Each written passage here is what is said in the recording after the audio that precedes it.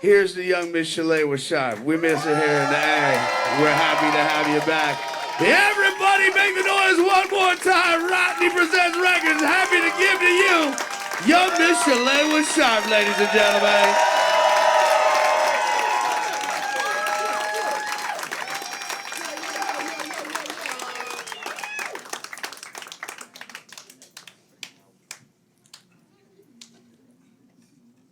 I was in an elevator last week, and I got on the elevator, and another black woman got on the elevator behind me. And she had really long dreadlocks, really long, like down to her waist. And she was like in her 30s or 40s or 50s, you know, it's hard to tell how old black people are by looking at them. I see some of you trying to do the math right now. So the woman turned to me as the doors closed and she said, "I like your hair." And I said, "Thank you, I appreciate that. I like yours too." And then she said, "Ooh, you smell good." And I went, "You know what? I'll take it. Thank you. Thank you. I work hard on it." All things cookie-based. All things cookie-based. And then she said, "Look at you. Looking all good. Smelling all good. Who do you think you are, me?"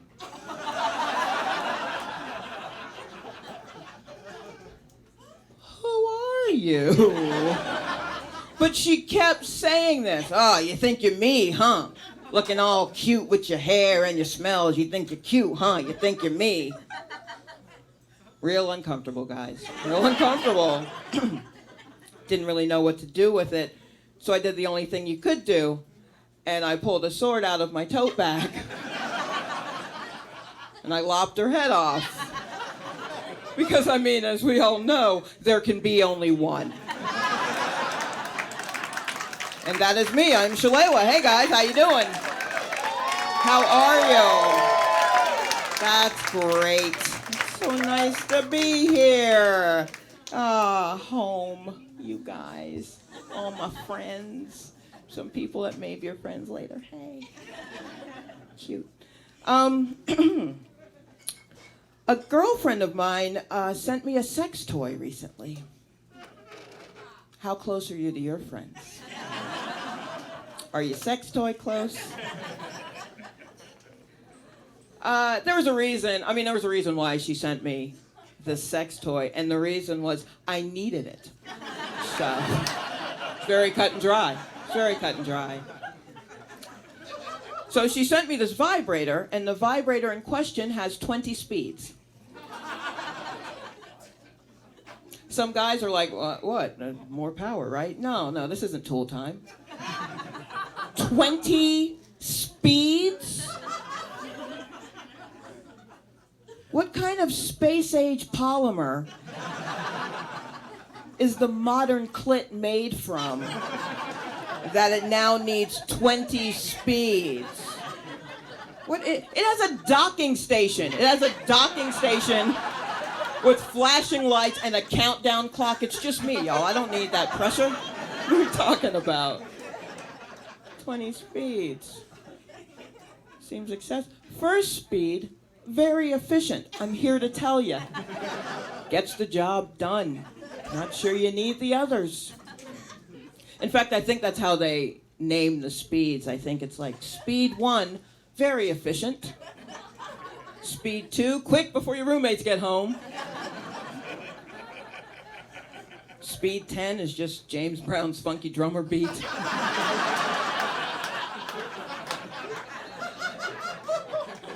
Speed 18 is the speed only dogs can hear. So, there's a lot to work with. There's a lot to work with, guys. Reporting my findings on the blog. numbits.tumblr.com. Someone, please get me a bag of ice. I just want to feel again. I just want to feel again. That's all. That's all I want to do. Oh, man. I am single. Thank you for asking. 20 speed single. That's not single. No dude's going to put up with that. Come on. It's fine. I live in New York. I live with a couple, which is fine. You know how it is when you're a single person and you hang out with a couple a lot, and like half of the time you're like, you know what? This is cool. This is cool. We're having a good time. And the other half of the time you're like,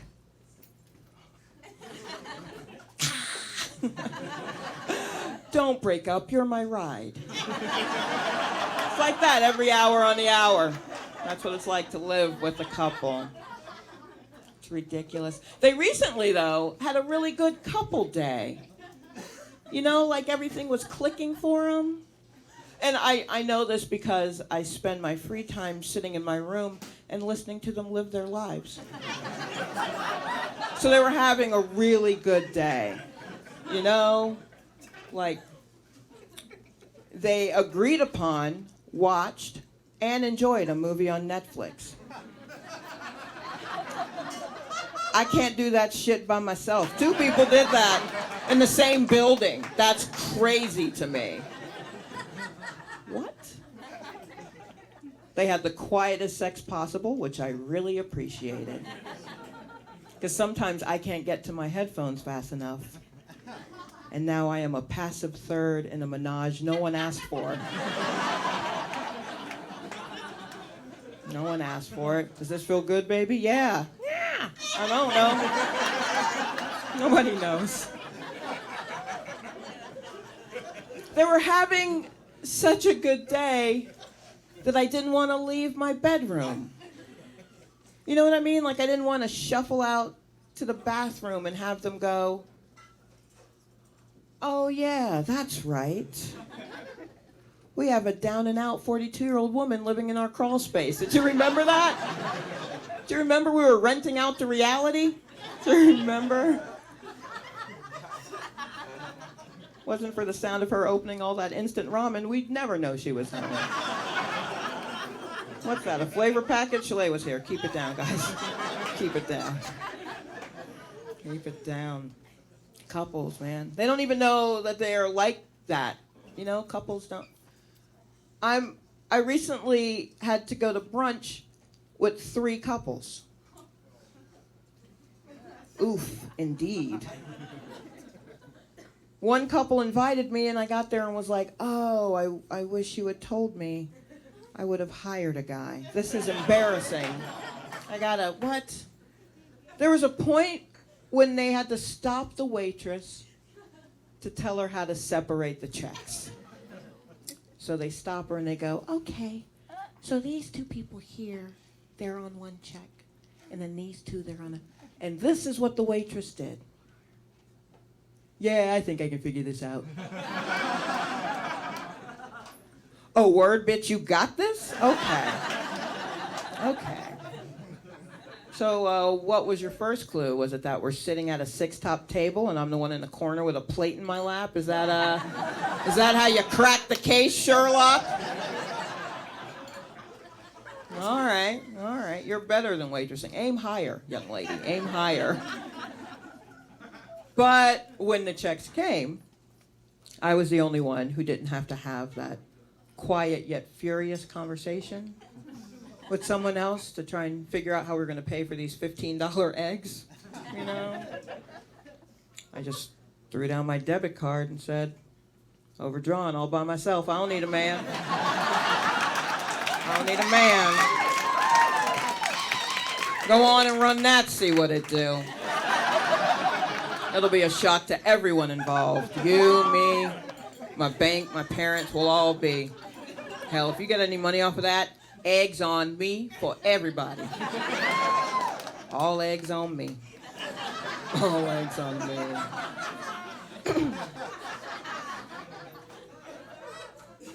Y'all remember that Tupac record, right? All eggs on me. By Tupac? Anyway, I'm sorry. So corny. So corny. So corny.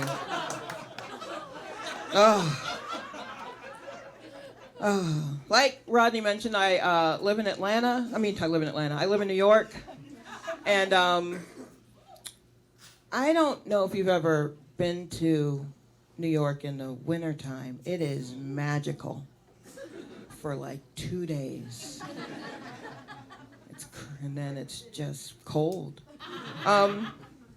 Around Christmas time, they've got a big display in the Macy's, 34th Street, Santaland, right? It's a big thing. People take their families, they go to get pictures with Santa, there are elves everywhere. It's huge. So here's what you do. You go, you get in line, you wait like an hour, 45 minutes, something like that. And you can get to the front of the line, and you can say to the elf who's there to assist you, "Oh, I wanted to see the special Santa." And that elf will say, "Oh yeah, hold on, let me get who you," and that elf will go and get Harriet Tubman elf, who will then lead you down the Polar Underground Express. You go through caves and caverns. You end up in Maryland. And when you get there, there is the special Santa, and he's black. That's where Black Santa's kept. Black Santa, you gotta have a password for Black Santa. Which is weird. I mean, I feel like we're around enough. We don't need a password. Black folks, we're around. You can see us. It kind of bummed me out when I found out about this, because a woman did this. She recorded it, put it on the internet, so it's legit. I was really bummed out.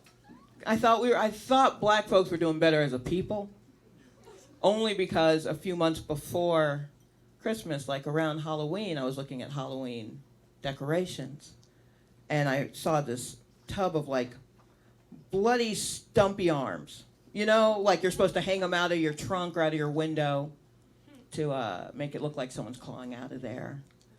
And most of the arms were Caucasian, but there were a few black ones in there. And I thought, oh, finally, we overcame. We did it, guys, we did it. Call off MLK Day. Did it. You misheard us. We said decorations, not reparations. You misheard us. You misheard us. So that's how they do their racism in the North, with a password.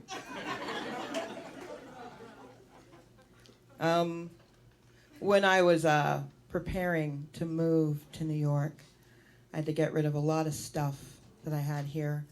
So I dropped it off at a Goodwill. And, thank you for the smattering of applause. You might be wearing something of mine now. I had a lot of junk. I had so much stuff. And this surly young man was helping me unload my car from all this stuff. And he got out of the front seat area, and he said, Taz, huh? Taz, I see you. I have no idea what you're talking about, young man. But he was talking about the floor mats in the car. I bought the car off of Craigslist, and it came with these Tasmanian devil floor mats. And I've gotten a lot of things off of Craigslist, and I've found that you just don't disturb it. All I would turn was the key to start it, and then we just moved from there. That's it. So I left the car mats in there. So he was like, yeah, Taz. And I was like, yeah, I've got that in there as, like a joke. And he said, a joke?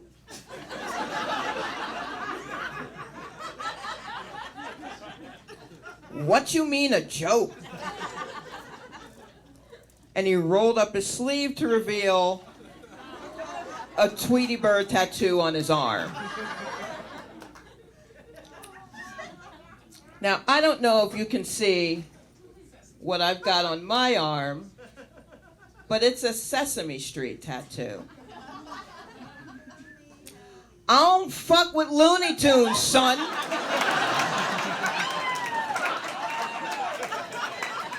Children's television workshop all day, a day. That's how I roll. So we are yelling at each other in the parking lot of Goodwill. Oh, what, you gonna get bugs in them? What, you gonna get that big ass bird? That's what's going on in the parking lot. And then this dude opened up his shirt to reveal a giant tattoo of the Wile E. Coyote unpacking an anvil from the Acme Company. So I just held up a sign that said, "Yikes!" Meet me. I got the fuck out of there. I'm not fighting no dude over a tattoo. Like, you win, son, you win. I drove off into what I thought was the sunset, but it turned out to be the side of a painted boulder. My bad. My bad. My bad.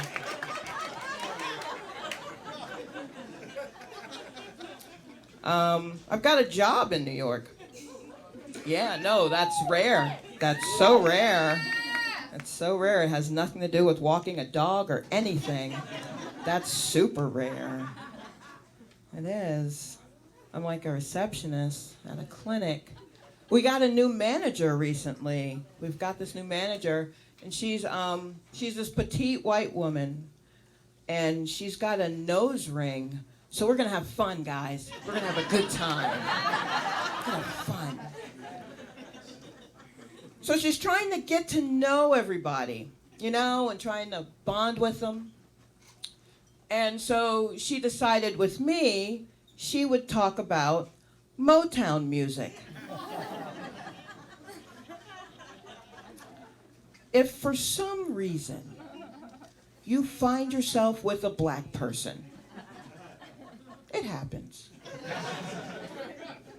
Gotta ask for the special friend.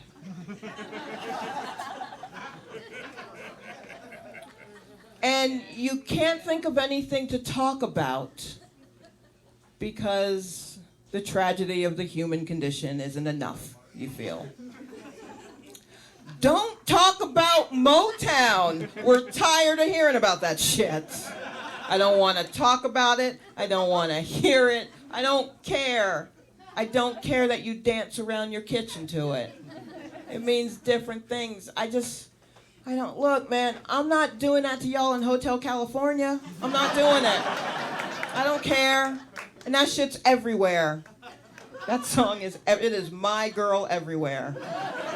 It's all over the place. Kind of catchy, too. But I don't even bring it up. Y'all get so tetchy.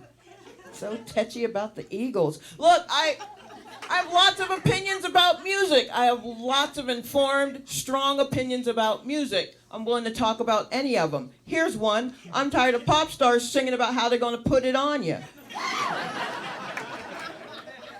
That shit ain't happening. Nobody's putting it on you.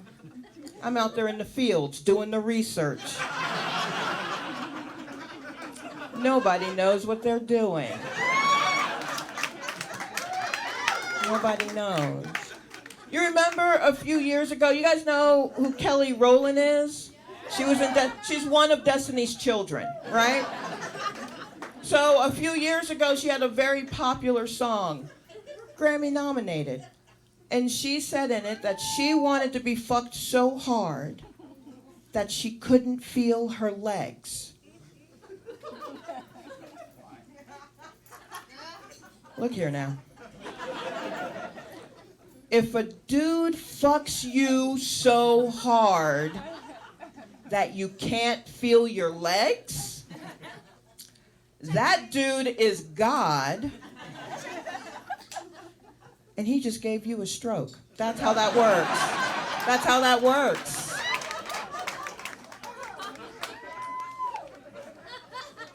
It's ridiculous. And I know that sounds terrible. I know that's a terrible thing to say, but I feel like I can say that because a few years ago, my mother had a very serious stroke. And she was paralyzed on her right side and in a wheelchair for basically the rest of her life. So obviously that means my dad knew how to put it down. What? Up top. Anyone? No? No? Nobody here fuck my dad? No? All right. Fair enough. Fair enough. It's not right, but okay. It's fine. No one wants to agree. I see how y'all gonna do me. Just leave me out here hanging. That's cool. That's cool. That's cool.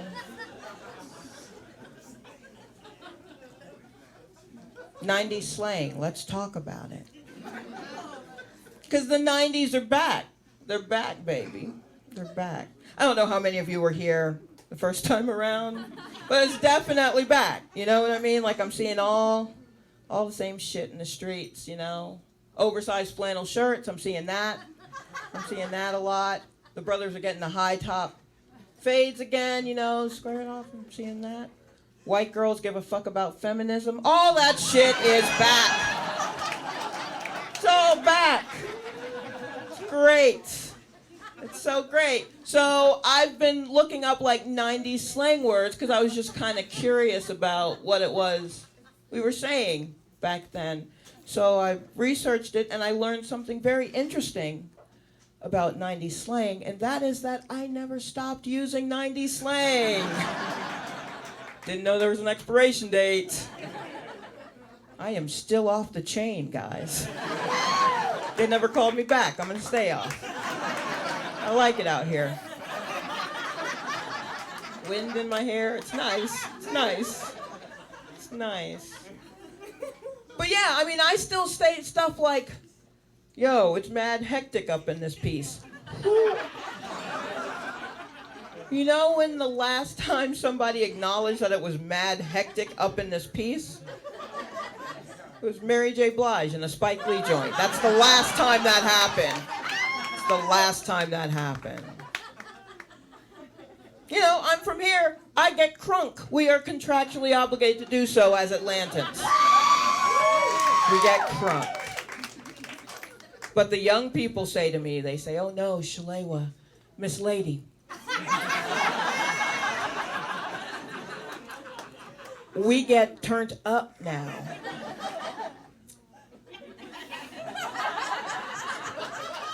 Turned up? Turned up. I don't even like how that feels in my mouth. I won't do it. I refuse. I refuse. I rebuke thee, turn up. I rebuke thee. I rebuke thee. Get behind thee, turn up. I'm just, you know, I'm like at that weird middle-aged thing where like I get it, but I don't. You know what I mean? Like if you're 27 or younger, I don't get your references. Sorry, I smile and I nod. I have no idea what you're talking about. What the fuck's an Adventure Time? Why do y'all keep going on and on about that? What is that? What are you talking about?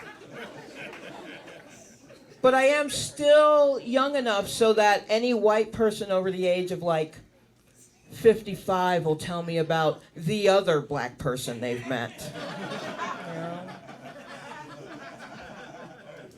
She was a jazz singer.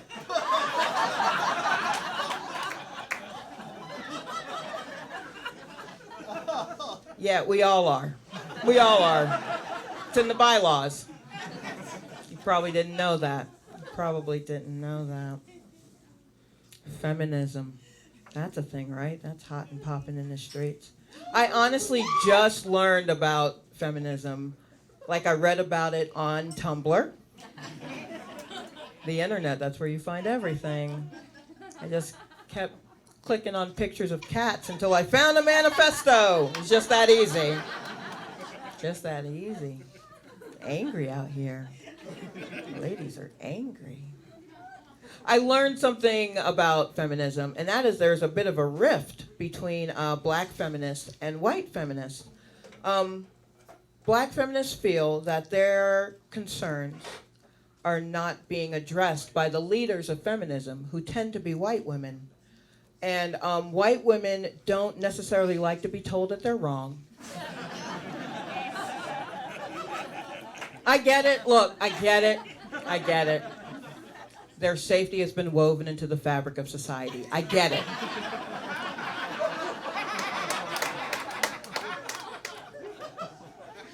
But when I learned that there was a black version of something that didn't like the white version of something, I was like, oh my God, I'm in.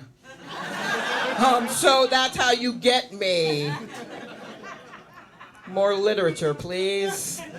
I'm totally in. Because that's how I was raised. I wasn't raised to be a strong woman. I was raised to hate everything that's not black. That's just where I'm coming from, guys. It's just where I'm coming from, you know? This is how black my household was. The school I went to when I was a young lass, living in Brooklyn, we spoke Swahili, and we said a pledge that included the 7 principles of Kwanzaa. Every day. You know how heavy the 7 principles of Kwanzaa are when you're 6? I'm just trying to learn how to pronounce Shalewa like the rest of y'all.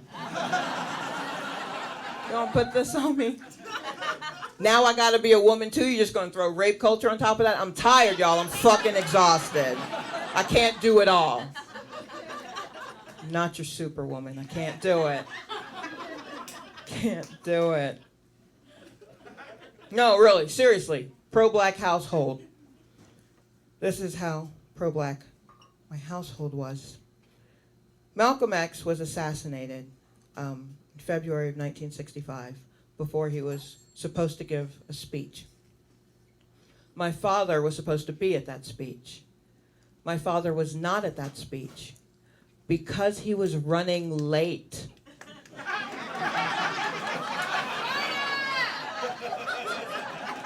That is the blackest thing I've ever heard. Running late to a Malcolm X speech? Come on now. That is pitch. That is midnight. That is super black. That is shaft black. That's crazy. Oh man. Hey, look, you know what? I don't want you thinking that I'm coming down on white women. I know I've said a couple of things. But nah, I love y'all. I love y'all. You know what? Shout out to white women. I feel like that's probably not said enough. Shout out to the white women. I saw you guys at the protests that were going on in New York, the Black Lives Matters protests, you know? And it was so heartwarming to see you guys using that oversized sense of entitlement for good. There is nothing like watching a white woman yell at a cop. Using the same tone of voice that she normally would be saying, oh yeah, well let me speak to your manager. Oh! Have my back, sister, have my back. I love y'all. God bless you, I love you so much. Oh man, you guys are so great. So, I spend a lot of time online just looking at stupid shit. I did actually come across something very interesting. It was an article about a study on African American vernacular English. That's Ebonics, y'all. That's Ebonics. In fact, I think that's what the study was called, African American Vernacular English, Ebonics, y'all. I think that's what they called the study. So in this study, there was a group of children, black and white, and the researchers would show them pictures, ask them questions, mark down the results. One of the photographs they showed them was of Cookie Monster sitting at a table and Elmo standing to the side eating cookies, right? So Elmo's on the side eating cookies. Cookie Monster's just chilling at a table. And they asked the kids, hey kids, what's Elmo doing? And all of the kids, black and white, said, "Oh, well, Elmo's eating cookies." And I said, "All right, well, what's Cookie Monster doing?" Now, the white kids said, "Well, he's not doing anything." But the black kids said, "Oh, Cookie Monster, he be eating cookies." I see some blank faces. I don't know if you really heard what happened there. The black kids said Elmo is eating cookies, but Cookie Monster be eating cookies. Elmo is, but Cookie Monster be. He be eating he stay eating cookies. That motherfucker eating cookies all day, every day. You catch that nigga in the street, he eating cookies. What?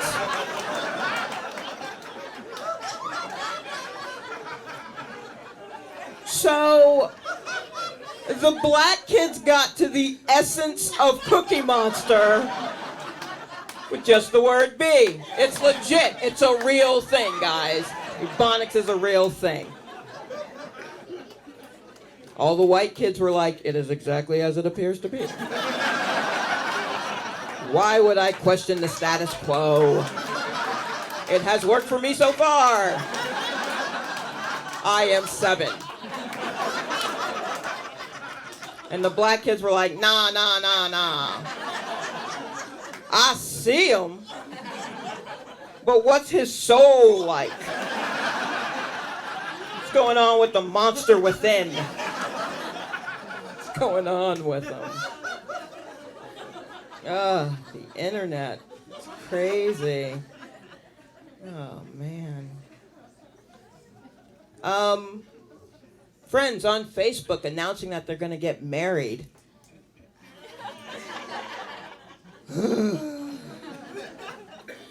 No, it's great. I'm happy for all of them. I'm happy for all of them. There's a lot of that happening, you know. She said yes. Congratulations. Good for you. She's doing the Lord's work. I don't know. I see that a lot. One guy in particular posted his. She said yes, and everyone was very excited for him. But when I saw it, I thought, oh yeah, that guy. When I had sex with him, and he would stroke himself, he would hold his pinky up. That's weird, right? I feel like that's weird. I thought it was weird in the moment. Very dainty, real dainty, like kid gloves. Very dainty. Very dainty. I mean, look, I fucked him anyway because I put the futon down. That futon is not coming back up till everybody gets theirs. You know what I'm saying? I don't have that kind of upper arm strength. I don't. So I fucked the dude anyway, but it was kind of like fucking a fairy. And I don't mean a gay man, and I don't mean a woodland creature. I mean an actual fairy. A medium-sized, slow-moving boat.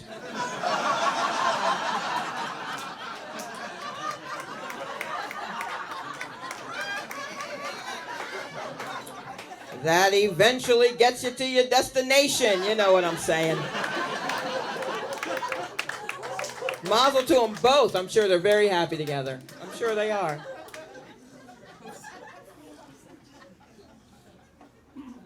What? I've had sex before. I had sex not too long ago with another person. And I got to do a thing that I hadn't done in a long time, and that is make a sexy playlist.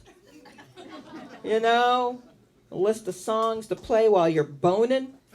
You know, when you're boning. Are we still boning? Is that the term? It's been so long, I'm not even really sure if that's slang anymore. Boning. Knocking boots? Are we knocking boots? That I understand. that, I understand. So, you know, I worked hard on this playlist. I found the perfect songs. And the dude came over. We got down to business. I hit play. 1.5 songs later, we were done. So then, we just had to lie there for 44 minutes and listen to what I think sex is. It's very awkward. I was like, why did I think this would take this long? And why are there so many There Might Be Giants songs on this?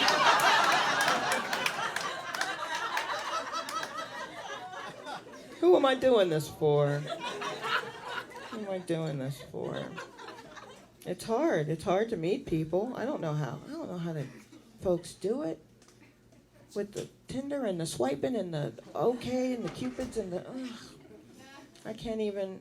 I mean, even by kicking it old school, I'm just on Craigslist. That's as old school as I can. I saw a ad on Craigslist, just the title of the ad on Craigslist, in the men seeking women section. The title of the ad said, in all capital letters, "Nut in your pussy."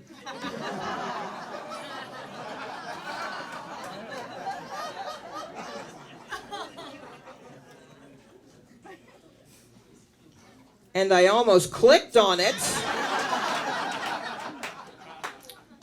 because he spelled your correctly. What? Come on. Our kids will be smart, right? I mean, there will be kids. You're just nutted in my pussy, right? I believe that's how. Isn't that how that works? Isn't that how that works? Oh, man. That reminds me, man. Plan B. For when you click on that terrible ad, Craigslist, the kids use the Plan B. That's their shit. A friend of mine was telling me about having a night that had gone horribly awry, and she had to go get Plan B.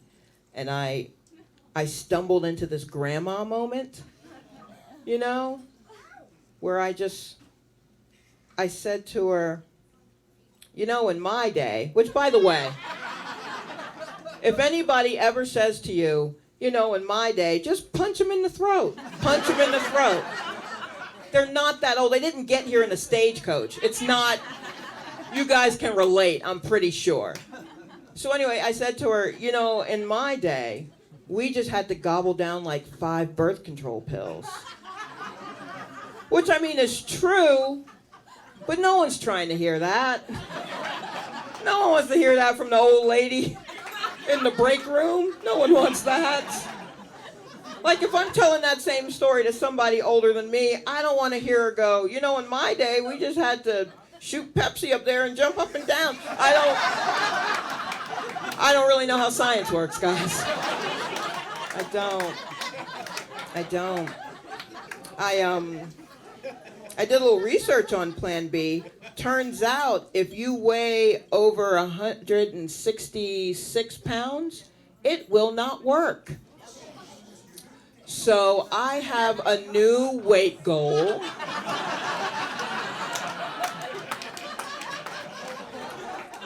And I got a cute little story to tell you. Let me tell you this cute little story. So I had to have an abortion. It's neither here nor there.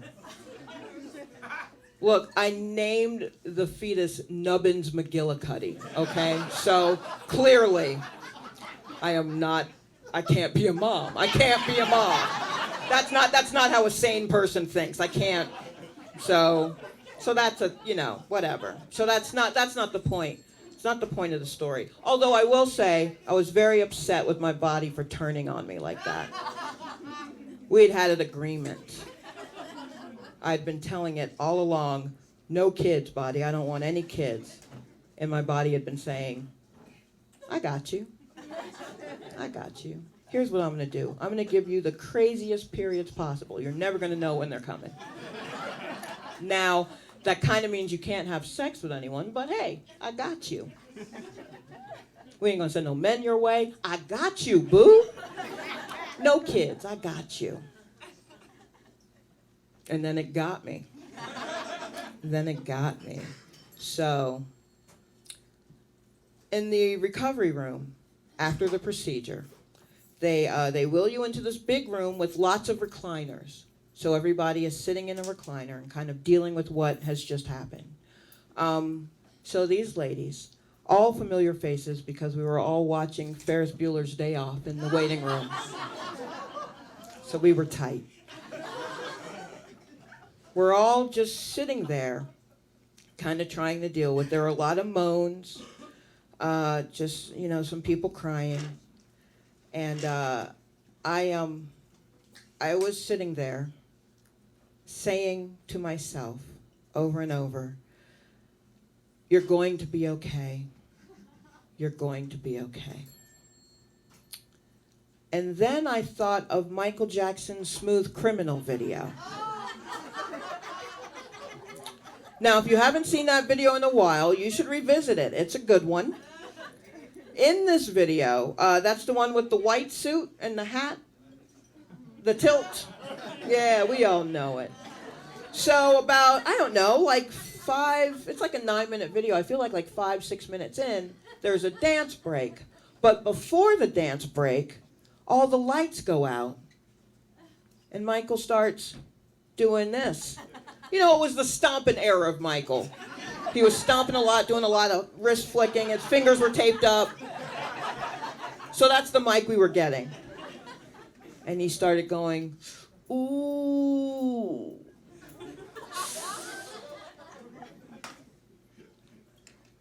And then someone else, one of the other dancers in the video, from, ow, ooh. All of the other dancers started to catch the Holy Ghost. Ooh, ow, oh! And they're making these guttural noises that somehow becomes, Annie, are you okay? Are you okay? Are you okay, Annie? It's a low chant that builds and builds. Annie, are you okay? Keeps getting louder. Are you okay? Are you okay, Annie? Until finally everybody is screaming it. And it's a call and response with Michael. Annie, are you okay? Are you okay? Are you okay, Annie? Boom. Lights come back on. He does the thing like this. It's beautiful. It's beautiful. This is what the recovery room after my abortion made me think of.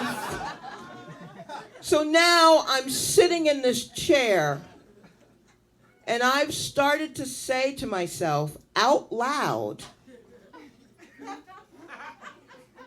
Annie, are you okay? Are you okay? Are you okay, Annie? The woman next to me says, who's Annie? And I said, hey, we lost a lot of good people back there. What are you doing? What are you doing? Who talks to someone in the recovery room? Why are you asking me questions? Are you crazy right now? Not the time to start a conversation. We're not making friends. Clearly all of us have a problem bonding with other people. Maybe I just want to be alone. Just a minute. Can I? Come on. That's crazy.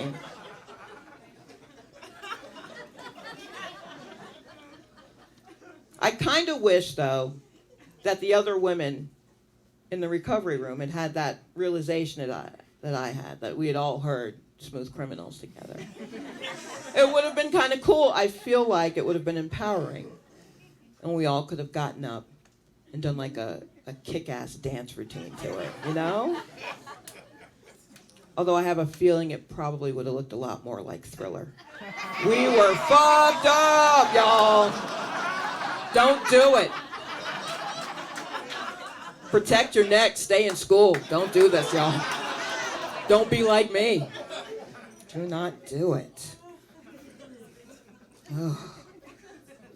But that whole ordeal has me thinking about legacies. You know? Like, just giving back to the world. My mom passed away recently, and I am not going to have any kids. So I'm just thinking, like, what have I done for the world? What good have I done for the world? And then I remembered that when I was 13, I was in a focus group for Cool Ranch Doritos. You're welcome. You're welcome. You're welcome. I did that. We had no idea what we were doing in there, guys. We had no idea. You just, like, what do you think, kid? I don't know. It's a chip that tastes like salad dressing. Here's $40. Go back out in the street. But it's amazing. So I'm real snooty on, like, Tinder and shit. Because if you come to me with, like, oh, I'm a surgeon. Aw, that's adorable. What, are you fixing people one at a time? I changed the world, bitch. I changed the world. At 13, I changed the world. Oh. Speaking of food, when someone says to me, I'm allergic to gluten, what I'm actually hearing is, I make more money than you. Right? Because you can't be broke and allergic to gluten. You can be broke and shit a lot, but you can't be broke. That's not how money works. You can't be broke and allergic to gluten. So now that's an extra $10 I gotta spend because your tummy is precious. That's some bullshit. I'm tired of people complaining about shit that's not a problem. Give me your fucking gluten then. I'll take your gluten. Give me your bread. Give me your gluten. Give me your dick pics. I'm tired of bitches complaining about getting dick pics. Oh my God, this dude sent me a dick pic. Give it here. Quit being stingy. I will line the walls of my apartment with that shit. With a string attaching like dick to person, like SVU Style. Because for me, it's not about the dick, it's about the mystery. Why did you send that to me? I'm disgusted yet intrigued. Tell me more. Don't do that. It's ridiculous. I don't care. I'll send my shit out in the ether. I don't care. I'm sending it out there. You know, I once sent a picture of my boobs to a dude, and his response was, thanks.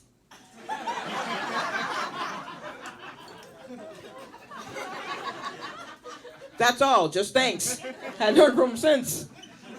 I was like, oh man, really? I kind of felt like I had filled out an online job application, got the automatic response email. Thank you for your sext.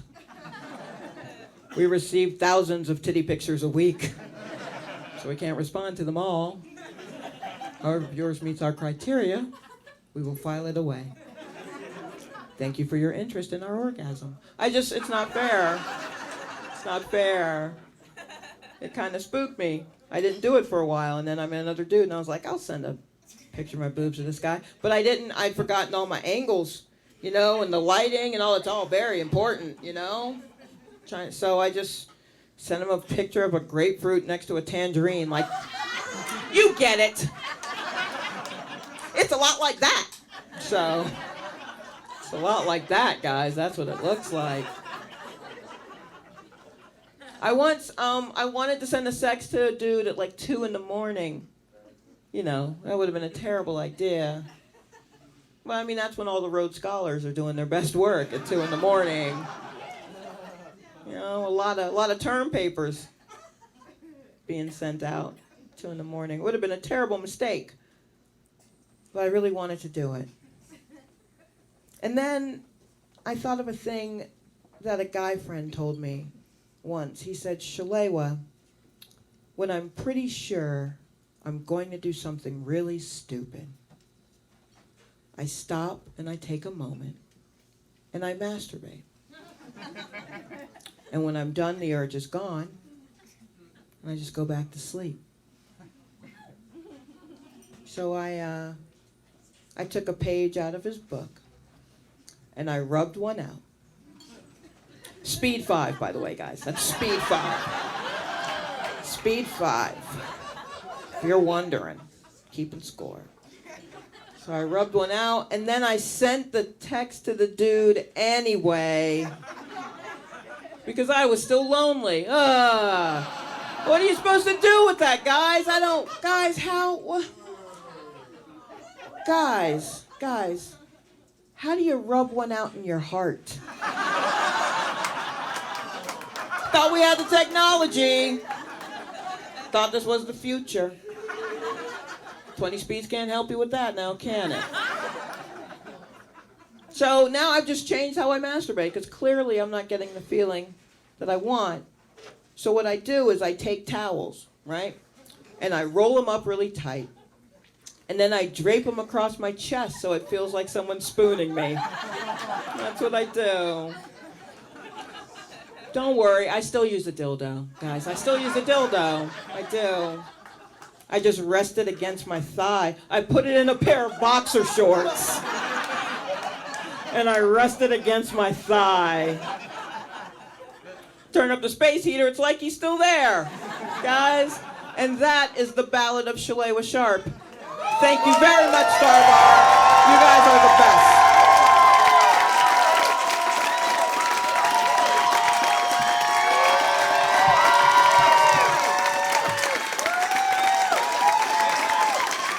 Hey, one more time, give it up for Miss Shalewa Sharpe, ladies and gentlemen. You guys have been